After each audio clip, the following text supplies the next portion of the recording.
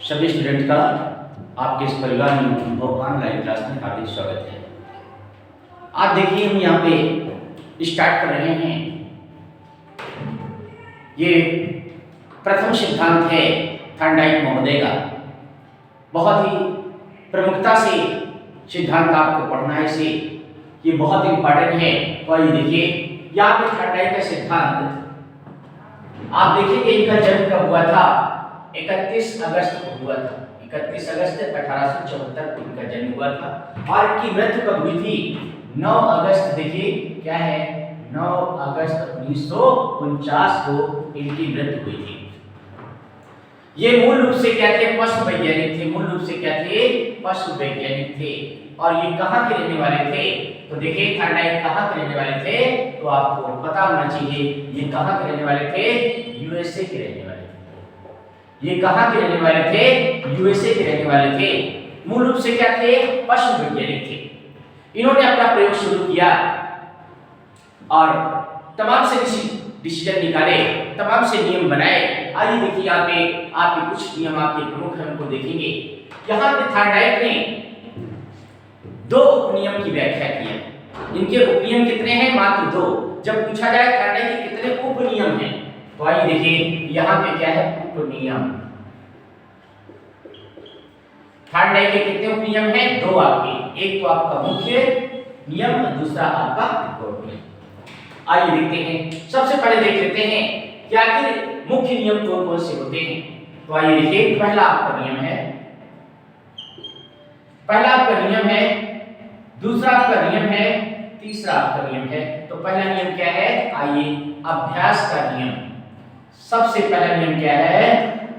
अभ्यास का नियम।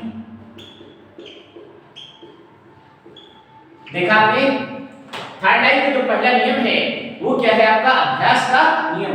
आइए दूसरा नियम देखते हैं, बहुत ही अच्छा नियम, तत्परता का नियम। तत्परता का नियम। देखा आपने थॉर्नडाइक महोदय का क्या है? तत्परता का नियम। आइए तीसरा आपका जो इनका नियम है वो क्या है? आपका प्रभाव का नियम। कौन सा नियम है? प्रभाव का नियम। तो आपके पेपर में पूछा जाए कि थॉर्नडाइक ने कितने 2 उपनियमों की व्याख्या किया, कितने उपनियमों की व्याख्या किया, तो आपको बताना है 2 नियमों की व्याख्या किया। पहला क्या है आपका?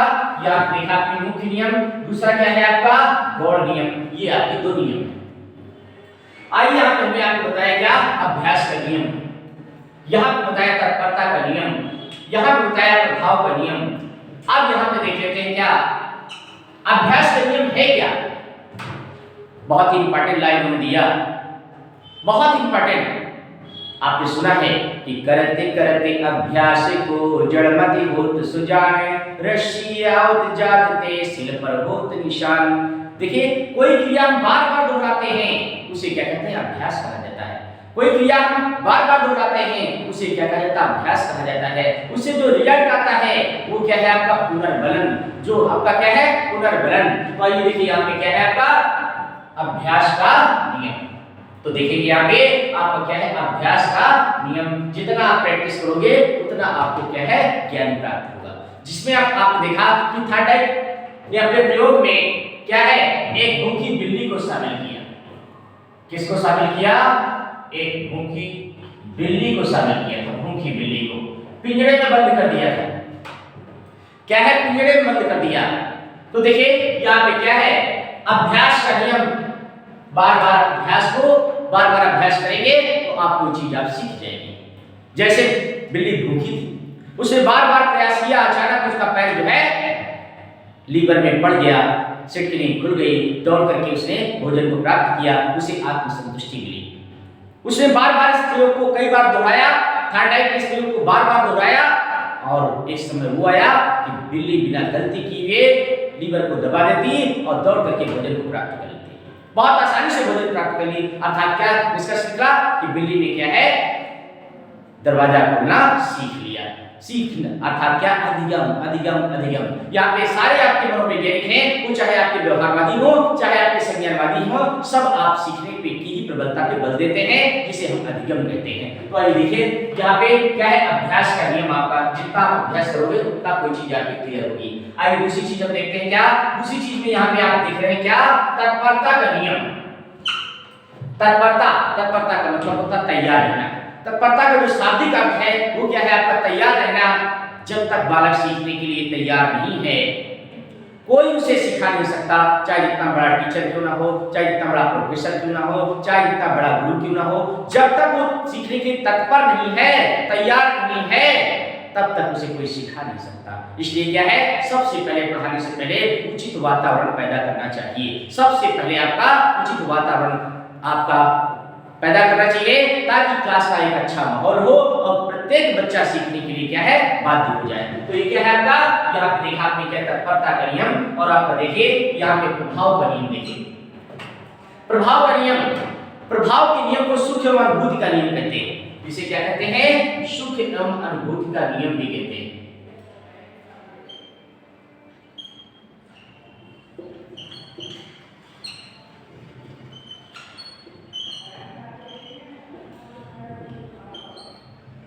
सुख एवं अनुभूति का नियम भी इन्हें कहा जाता है। अर्थात देखिए बालक वो कार्य ज्यादा करता है जिसमें उसे सुख की अनुभूति होती है। बहुत से बच्चे आप देखते हो मोबाइल चलाते हैं, उन्हें सुख की अनुभूति एहसास होती है। देखिए वो क्रिया बार बार करते हैं।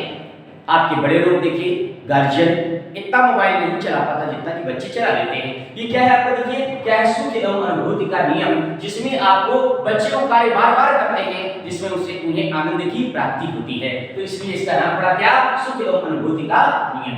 आइए यहाँ पे देखते हैं। देखा हमने तीनों नियम की व्याख्या किया। मुख्य नियम आपके कौन से हैं, यहाँ पे देखा आपने अभ्यास का नियम, तत्परता का नियम, प्रभाव का नियम, सुख एवं अनुभूति का नियम। ये तीन आपके मुख्य जो आपके नियम है, तीन को क्या कहा जाता है, ये मुख्य नियम है तीन आपके। आइए अब चलते हैं क्या, गौड़ नियम देखते हैं। यहाँ पे गौड़ नियम कौन कौन से हैं वो देखेंगे। तो आइए देखिए गौड़ नियम में पहला नियम क्या है। गौड़ नियम में पहला नियम देखिए कि पहला नियम क्या है, दूसरा क्या है, इस तरीके से हम क्रम से चलेंगे यहाँ पे। तो पहला आपका नियम है क्या वो देखेंगे, अभिव्यक्ति का नियम। पहले नियम को क्या कहते हैं, अभिव्यक्ति का नियम।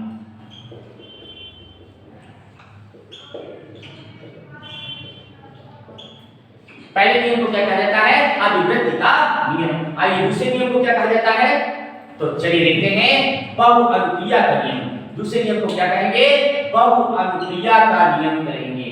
बहुअनुक्रिया मतलब क्रिया को बार बार कहना, इसे क्या है आपका, बहुअनुक्रिया का नियम।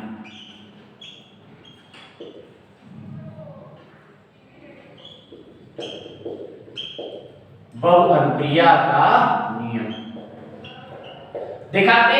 पहला क्या है आपका अभिव्यक्ति का नियम, दूसरा क्या है आपका बहुअनुक्रिया का नियम। आइए तीसरा नियम देखते हैं। तीसरा नियम क्या है, तो देखते हैं तत्वों की प्रबलता का नियम।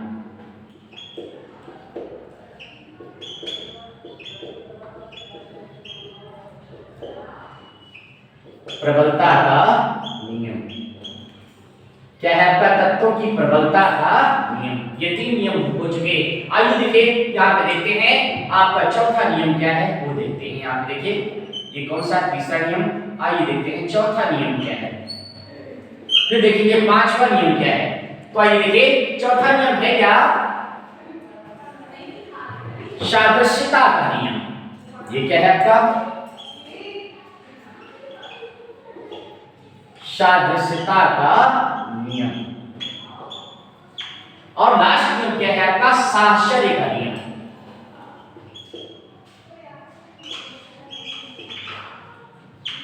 साहचर्य का नियम देखा आपने, ये बहुत ही आपके अच्छे सिद्धांत हैं। ये सिद्धांत आपको याद करना ही करना है। आपके पेपर में या तो आपका मुख्य नियम पूछा जाता है या तो आपका गौड़ नियम पूछा जाता है। तो इसको आप लोग अच्छे से याद करें। क्या है आपको, पहला अभिव्यक्ति का नियम। ये अभिव्यक्ति का नियम क्या होता है,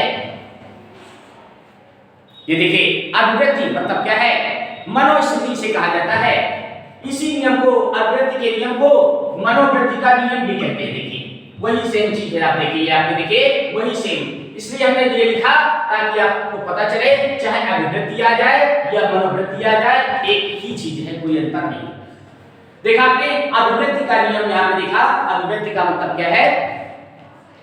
शिक्षण कार्य करने से पहले आपकी स्थितियां आपको अच्छी बनानी पड़ती हैं, अच्छा अनुकूलन करना पड़ता है, अच्छा माहौल बनाना पड़ता है, और इसमें शिक्षक का भी दृष्टिकोण निर्भर करता है, शिक्षक का दृष्टिकोण निर्भर करता है, बच्चों का दृष्टिकोण निर्भर करता है। ये आपका दोनों मिलकर के अच्छा सामंजस्य स्थापित करना, ये क्या है आपका अभिवृत्ति का नियम। इसके बाद देखते हैं क्या है आपका बहुअनुक्रिया का नियम। वही देखा आपने क्या है, यहाँ पे देखा आपने बहुप्रतिक्रिया का नियम। देखा आपने ये बहुअनुक्रिया का नियम या बहुप्रतिक्रिया का नियम एक ही नियम है। ये नहीं कि आपका पेपर में आ जाए बहुप्रतिक्रिया का नियम तो आप जो है आप दूसरे को लगा दें, ऐसा नहीं, थर्ड का ही नियम है। बहुअनुक्रिया का मतलब किसी क्रिया को बार बार करने पे, ठीक है ना, आपको कोई चीज आपकी क्लियर हो जाती है, आपको कॉन्फिडेंस आ जाता है बार बार करने से। देखिए तो इस नियम का नाम पड़ा बहुअनुक्रिया नियम। इसी को क्या कहते हैं? बहुक्रिया का नियम भी कहा जाता है, बहुप्रक्रिया का नियम भी कहा जाता है। आइए नेक्स्ट देखिए, यहाँ पे तत्वों की प्रबलता का नियम।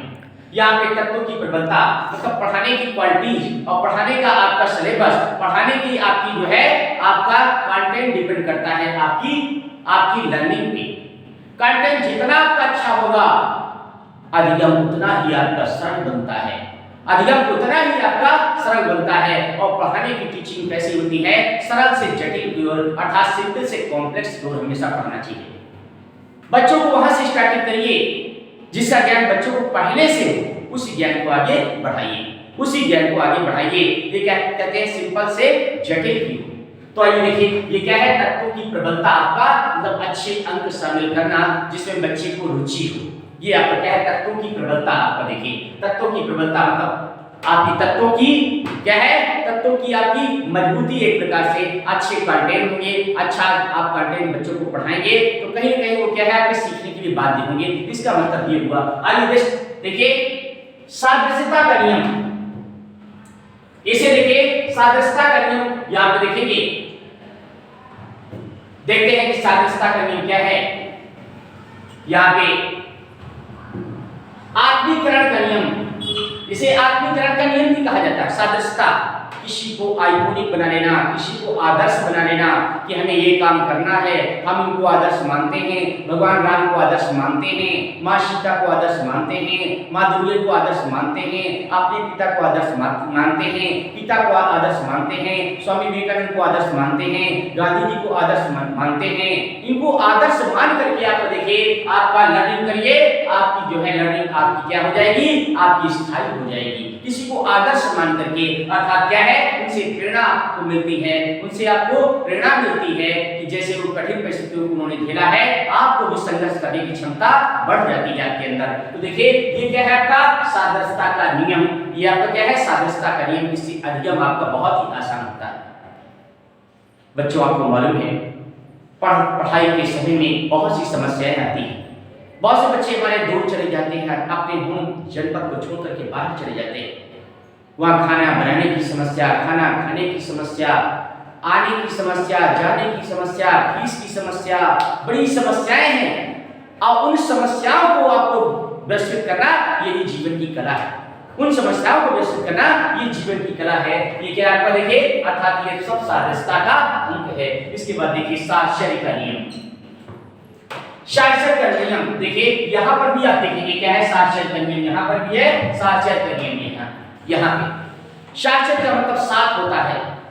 अच्छी संगत मिल जाए, कहते हैं अच्छी संगत से रंगत बदल जाती है, अच्छी संगत से रंगत बदल जाती है। तो देखिए क्या है? अधिगम आपका सहायक है किसमें? अच्छी संगत में। जैसे कोई बच्चा है, कमजोर बच्चा है, लेकिन वो अच्छे बच्चे की संगत करता है, वो भी आपका प्रबल बन जाता है, वो भी मजबूत बन जाता है, उसको भी आने लगता है, वो भी ज्ञानी बन जाता है, वो भी पढ़ाई में तेज हो जाता है। देखिए साक्षर एक अच्छी संगत से बालक में क्या है? अधिगम की क्षमता बढ़ जाती है। ये क्या है आपका? साक्षर का नियम। देखा आपने, हमने बहुत अच्छे से यहाँ पे एक्सप्लेन किया है कि आपका मुख्य नियम क्या है। मुख्य नियम देखिए अभ्यास का नियम, आपका तत्परता का नियम, फिर आपने देखा क्या है प्रभाव का नियम। प्रभाव के नियम को आपको मालूम है सुख एवं अनुभूति का नियम भी कहा जाता है। प्रभाव के नियम को सुख एवं अनुभूति का नियम भी कहा जाता है। आइए देखिए यहाँ पे मुख्य नियम कितने हैं। मुख्य नियम आपके कितने हैं, 3 हैं। मुख्य नियम कितने हैं, 3 हैं। और गौड़ नियम कितने हैं, 5 हैं। आइए गौड़ नियम की बात करते हैं तो अभिवृद्धि का नियम, बहुअनुक्रिया का नियम, तत्वों की प्रबलता का नियम, सादृश्यता का नियम, साश्चर्य का नियम। ये आप देखिए 5 आपके गौड़ नियम हैं। ये गौड़ नियम क्या का मतलब क्या होता है, जो मूल नियम की सहायता से बनते हैं, जो मूल नियम की सहायता से बनते हैं उन्हें गौड़ नियम कहते हैं। अर्थात देखो ये आप जो गौड़ नियम है ये मूल नियम की झलक इनमें मिलती है, इसलिए इनका बड़ा नाम क्या, गौड़ नियम। जैसे देखा आपने अभ्यास का नियम या आपका बहुप्रक्रिया का नियम देखा आपने, अभ्यास का नियम देखा आपने या आपका क्या है बहुप्रक्रिया का नियम देखा आपने, इसकी झलक यहाँ पे देखने को आपको मिलती है। तो इस तरीके से क्या है यहाँ पे आपका क्या है, जो आपके नियम स्वयं निर्मित होते हैं उन्हें मूल नियम कहते हैं। मूल नियम को प्राथमिक नियम भी कहा जाता है। इन्हें क्या कहा जाता है, इन्हें प्राथमिक नियम से भी जानते हैं। इन्हें प्राथमिक नियम से भी जानते हैं। कौन सा नियम, इन्हें प्राथमिक नियम से भी जानते हैं। और देखिए मुख्य नियम के नाम से भी जानते हैं। ये आपके 3 हैं और गौड़ नियम आपके जो मूल नियम की सहायता से बनते हैं ये क्या है, गौड़ नियम है। ये कितने हैं, 5 है। देखा आपने, इन्हीं 5 को हम इस प्रकार भी लिख सकते हैं, मनोवृत्ति का नियम, बहुप्रक्रिया का नियम, आंशिक देखिए आंशिक क्रिया का नियम। देखा आपने क्या है, आंशिक क्रिया का नियम भी लिख सकते हैं, या व्यापीकरण का नियम या आपका साक्षय का नियम, इनको ऐसे भी लिख सकते हैं। तो आप ये ध्यान दें, यहाँ पे आपको इसी तरीके से आपको तैयार करना है। ये 5 आपके इस तरीके तैयार करना है, इनको भी तैयार करना है। और ये आपका दोनों आपके टेली करके पढ़िए, ज्यादा बेटर होगा। मान लीजिए आपका क्या है, अभिवृद्धि का नियम पेपर में नहीं आता, मनोवृत्ति का आता है, तो आप ध्यान दें वो भी आपका किसका है, थर्मोडायनामिक का है। वो भी किसका है, थर्मोडायनामिक का है। मान लीजिए पेपर में बहुअनुक्रिया का नियम ना आके बहुप्रक्रिया का नियम आता है, तो आप ये ना सोचिए कि किसी दूसरे वैज्ञानिक का है, ये भी आपका थर्मोडायनामिक का है। इस प्रकार से आपको अच्छे ढंग से आपको पढ़ना है। तो देखिए थर्मोडायनामिक आपके मुख्य रूप से कौन से थे, पशु वैज्ञानिक थे। ये ध्यान दो, इन्होंने एक बुक्स लिखी थी, इनकी बुक्स का नाम है एनिमल इंटेलिजेंस। यहाँ पे देखिए एनिमल इंटेलिजेंस।